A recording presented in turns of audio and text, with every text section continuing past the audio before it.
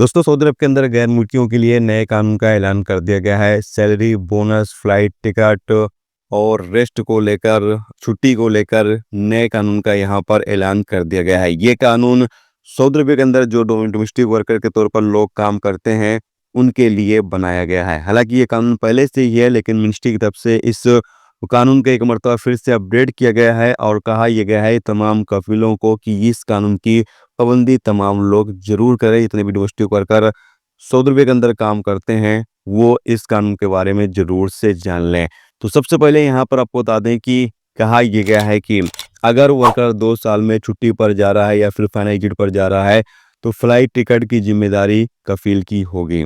अगर छुट्टी पर बंदा जा रहा है, तो आने जाने का जो फ्लाइट टिकट है वो कफील पे करेगा, कफील देगा। दूसरे नंबर बताया ये गया है कि एंड ऑफ सर्विस, अगर आप किसी सऊदी के साथ, किसी स्पॉन्सर के साथ 4 साल लगातार काम करते हैं, तो आपको 1 साल की सैलरी एंड ऑफ सर्विस के तौर पर मिलनी चाहिए, यानी बोनस के तौर पर मिलनी चाहिए।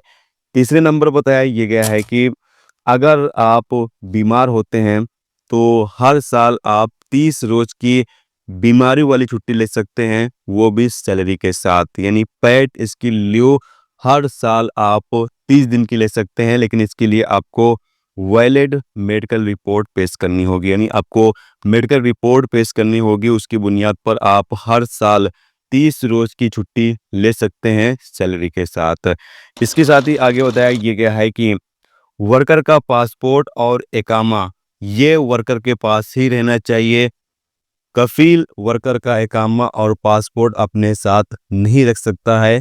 ये कानूनन एक अपराध है। जैसा कि अक्सर देखा जाता है कि बहुत सारे कफील वर्कर के पासपोर्ट अपने साथ रख लेते हैं, अपने पास रख लेते हैं, वर्कर को नहीं देते हैं, जो कि कानूनन एक अपराध है। अब इस पर कानूनी कार्रवाई की जाती है। अगर आप कंप्लेन करते हैं, तो इस पर कफील के खिलाफ पक्का कानूनी कार्रवाई की जाएगी, क्योंकि कफील को ये अधिकार नहीं है कि वो वर्कर का पासपोर्ट या इकामा अपने साथ रखे। इसके साथ ही आगे बताया यह गया है कि वर्कर को हर हफ्ते 1 दिन का रेस्ट मिलना चाहिए। और यहाँ पर कहा यह भी गया है कि 24 घंटे में 8 घंटे कम से कम वर्कर को रेस्ट मिलना चाहिए। बाकी इससे ज़्यादा भी दिया जा सकता है, लेकिन कम से कम 8 घंटे रेस्ट वर्कर को मिलना चाहिए।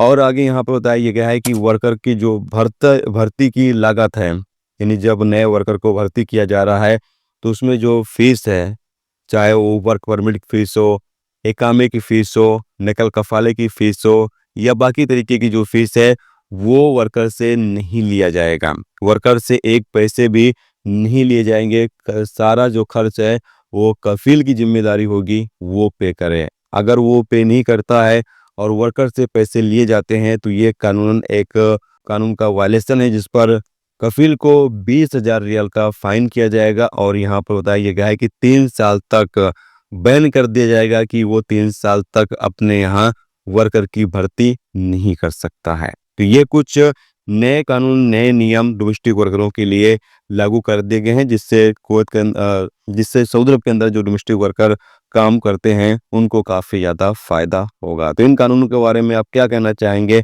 प्लीज़ अपनी राय का इजहार कमेंट बॉक्स में ज़रूर करें। और जो कानून मैंने बताया है, अगर वो आपको नहीं मिलता है, वो अधिकार आपको नहीं मिलते हैं, तो आप Saudi ministry of human resources में जाकर इसकी कंप्लेन भी कर सकते हैं, इसकी शिकायत भी दर्ज करा सकते हैं, जहाँ पर जो भी कार्रवाई है आपके कफील के खिलाफ की जाएगी।